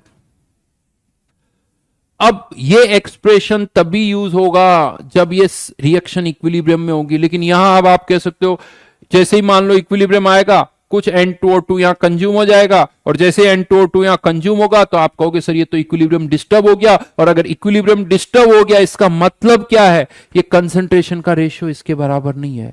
ये रेशियो इसके बराबर कब होगा, जब इक्विलिब्रियम होगा। इक्विलिब्रियम डिस्टर्ब हो गया तो ये रेशियो इसके बराबर नहीं रहेगा, फिर आप ये एक्सप्रेशन यूज नहीं कर पाओगे। लेकिन सिंस ये एक फास्ट इक्विलिब्रियम है, तो जैसे ही ये इक्विलिब्रियम डिस्टर्ब होगा, वापस इसको इक्विलिब्रियम में आने में बहुत कम टाइम लगेगा। वापस इक्विलिब्रियम में आने में बहुत कम टाइम लगेगा, यानी कि तो यहां से कुछ कंज्यूम हुआ, ये वापस बहुत क्विकली रेस्पॉन्ड करेगा और अपने आप को इक्विलिब्रियम में लेके आ जाएगा। अपने आप को इक्विलिब्रियम में लेके आ जाएगा मतलब ये रेशियो इसके बराबर हो जाएगा। देखो ये कंसंट्रेशन कांस्टेंट नहीं है, बट ये रेशियो हमेशा इसके बराबर रहेगा। क्यों, क्योंकि ये फास्ट इक्विलिब्रियम है। तो अगर यहां फास्ट इक्विलिब्रियम है तो ये कंडीशन आप हमेशा यूज कर सकते हो, ये हमेशा यूज कर सकते हो। Since it is fast equilibrium,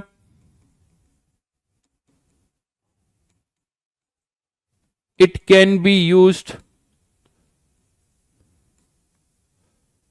at any time, at any time. हम इसको कभी भी यूज कर सकते हैं। तो यहां से अब आप N2O2 की कंसंट्रेशन को यहां पुट कर दो, तो K2 K1 K-1 NO की कंसंट्रेशन का स्क्वायर इंटू O2। वहां से मैं N2O2 की कंसंट्रेशन को यहां पुट कर चुका हूं।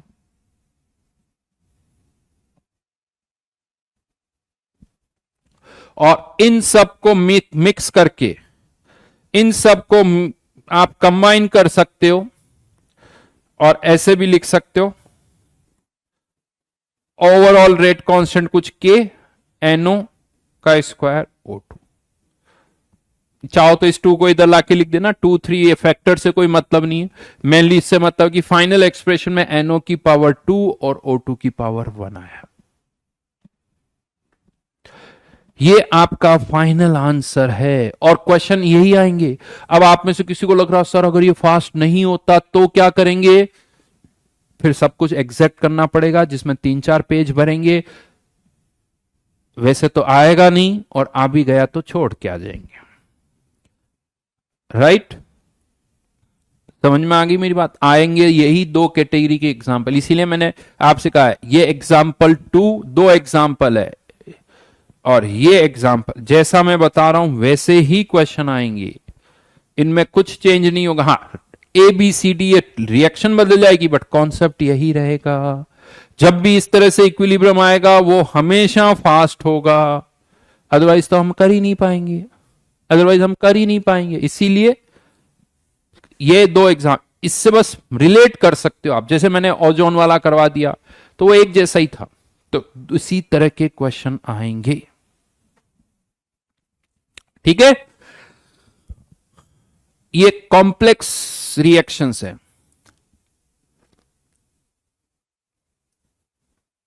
हाँ शोभित बिल्कुल सही कह रहा हूं, एग्जामिनर को भी तो करना, बट बेटा शोभित एग्जामिनर तो कर देगा, उसको एक ही क्वेश्चन करना है, हमें तो 3 घंटे में कितने क्वेश्चन करने हैं, हमें 3 घंटे में तो बहुत सारे क्वेश्चन करने। तो ये कॉम्प्लेक्स रिएक्शन के लिए मैंने आप लोगों को बताया। तो ये एक और पार्ट यहां के इस चैप्टर का कंप्लीट होता है। एक छोटी सी चीज मैं बता दूं, इससे हम ऐसे भी बोलते हैं, ये ओवरऑल रेट कांस्टेंट हो गया। बहुत सारे रेट कांस्टेंट को मर्ज कर दो तो इसे बोला जाता है ओवरऑल रेट कांस्टेंट। ये वर्ड कभी कभी यूज होता है, जैसे पैरेलल में भी था ना, K1 प्लस K2 को K टोटल बोल दिया, तो उसी तरह से।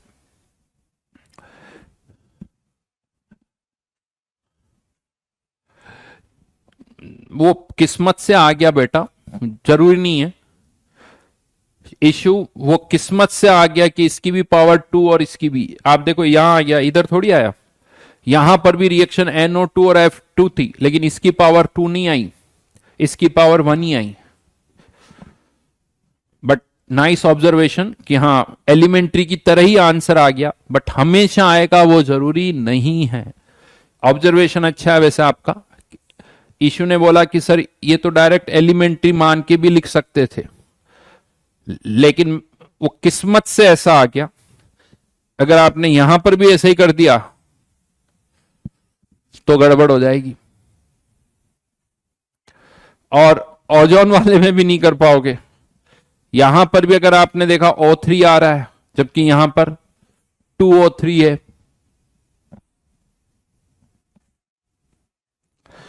डन।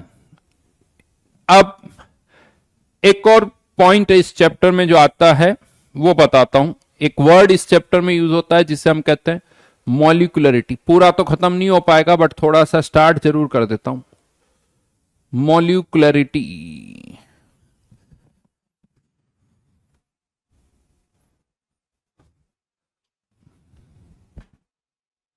एलिमेंट्री का मतलब क्या है, देवेश पूछ रहा है। वाह देवेश बेटा, पहला लेक्चर सुनना, सब समझ में आएगा। नेक्स्ट चैप्टर, अभी इसमें चैप्टर में अभी आप मान के चलो हमें 2 लेक्चर और लगेंगे इस पर्टिकुलर काइनेटिक्स में, यानी आज के बाद 2 लेक्चर और लगेंगे काइनेटिक्स में। उसके बाद हम स्टार्ट कर देंगे आयनिक इक्विलिब्रियम, यानी जुलाई में हमारा काइनेटिक्स खत्म, अगस्त में आयनिक खत्म, सितंबर में इलेक्ट्रो खत्म, और मोटा मोटी देखा जाए तो अक्टूबर में सरफेस और लिक्विड सॉल्यूशन हो जाएगा, लगभग हो जाएगा। यानी मैक्सिमम अगर मैं देखूं तो नवंबर के फर्स्ट वीक तक हो जाएगा। यार न्यूक्लियर केमिस्ट्री बेट हटा चुके हैं जेई वाले। जेई का जो सिलेबस आया ना, पहले जेई के सिलेबस में वो बहुत क्लियरली लिखते थे रेडियो एक्टिविटी, अब उन्होंने वो हटा दिया, अब वो नहीं लिखते, तो इसीलिए हम उसको नहीं कर रहे।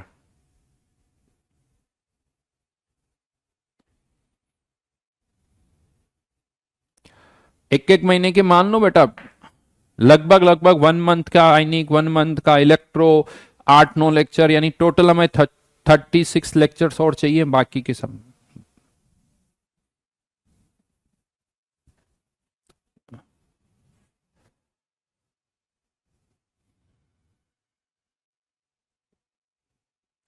देखो जेई मेंस में तो वो पहले भी नहीं था, जेई मेंस में पहले भी नहीं था, जेई एडवांस के सिलेबस से हटा दिया गया है, इसलिए नहीं आया, कोई क्वेश्चन नहीं आया। बोर्ड्स में पहले भी कभी नहीं था, एनसीईआरटी में रेडियो एक्टिविटी कभी भी नहीं थी, फिजिक्स में है, फिजिक्स में आप पढ़ते हो। चलो अब थोड़ा इधर डिस्कस कर ले बेटा, बातें करते करते रह जाओगे। हैं? आयनिक के लिए केमिकल इक्विलिब्रियम देखिए थोड़ा सा। केमिकल इक्विलिब्रियम का बेसिक नॉलेज अगर होगा तो आयनिक में ज्यादा अच्छा रहेगा, फटाफट चीजें हो जाएगी और अच्छा लगेगा। प्रियांशु, ओपन हीमर मूवी में तो काइनेटिक्स का बहुत एप्लीकेशन दिखा रहा है, ऐसा? ये कौन सी मूवी भाई, मुझे नहीं पता यार। ज्यादा अपन तो बॉलीवुड ही देख लेते हैं ज्यादातर।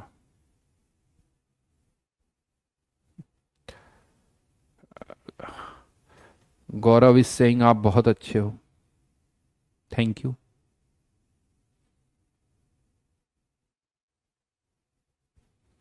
अच्छा, बॉम्ब के ऊपर है, चलो देखूंगा मैं भी। ओहो, अच्छा वो है क्या? चलो, तुम मुझे बता दिया करो यार, वही मूवीज देखूंगा मैं।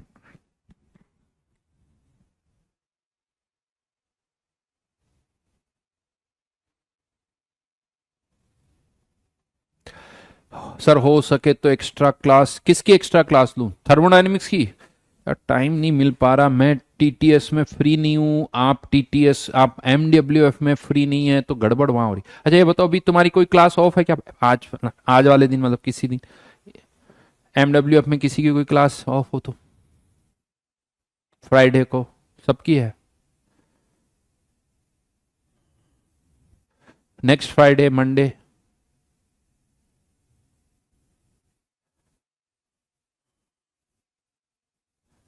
नहीं है?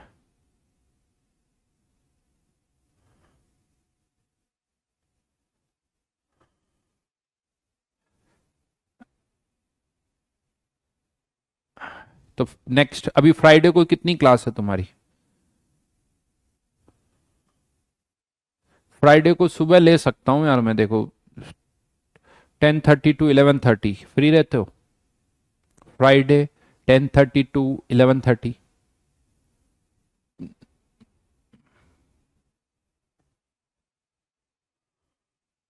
1 घंटे की लगा दूंगा, मॉर्निंग 10:30 टू 11:30। बोलो। फ्राइडे, कमेंट गए, कमेंट गए।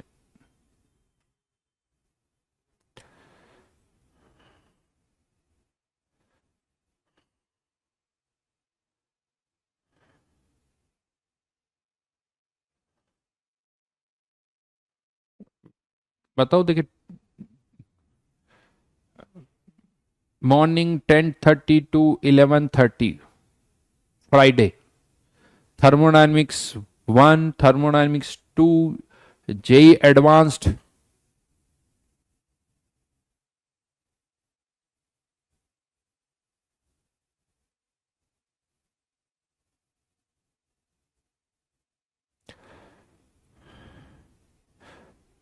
यार चार तो एक्चुअली क्या, सैटरडे को मैं फ्री नहीं हूं ना, प्रॉब्लम वहां है, फिर वो बैठता नहीं है, इसलिए रात को लगा दो, हम ऑफिस बंद हो जाता है। हाँ तो इसीलिए भाई, तुम्हारी थोड़ा चार है तो डिस्कशन करना है यार।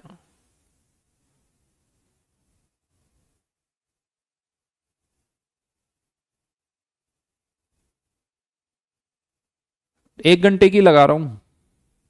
अच्छा, संडे को चलो देखते हैं, फिर देखें। मंडे को तो फिर वही वाली बात आ जाएगी।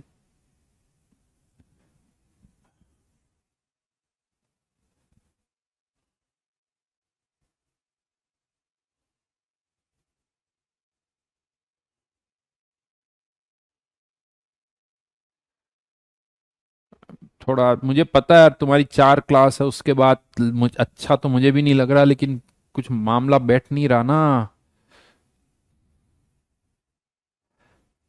यार मैं घर से नहीं लेता ऑफिस, संडे को समझा करो, ऑफिस नहीं खोलता। अब आज मोलिकुलरिटी तो रह ही गया।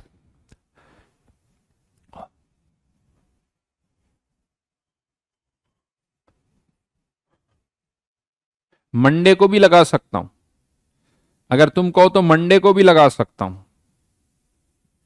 बोलो। बट मंडे को लगा दूं?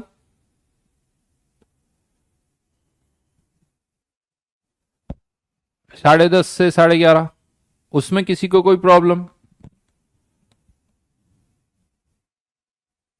मंडे मॉर्निंग,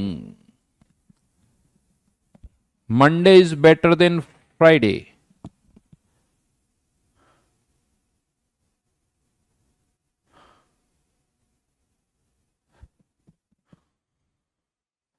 तो मंडे को भी 4 है, फ्राइडे को भी 4 है। चलो अभी थोड़ा सा होमवर्क।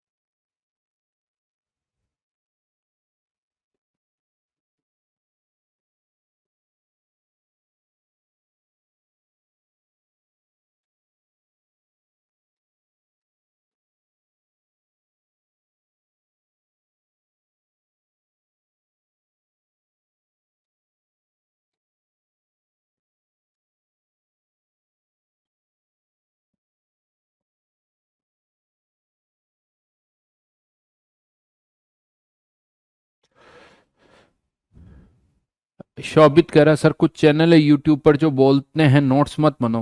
बेटा शोभित, दुनिया में तो बहुत सारे लोग बनेंगे मिलेंगे जो पागल बनाते हैं। नहीं, ये तो तुम्हें समझ में आना चाहिए कि तुम्हें किसकी सुननी है।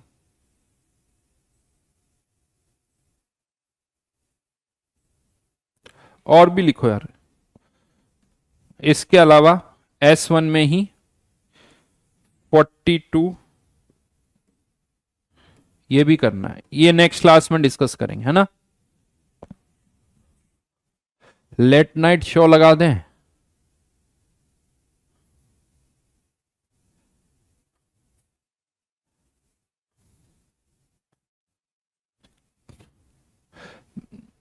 अभी देखता हूं मैं, थोड़ा टाइम टेबल देख के फिर बताऊंगा।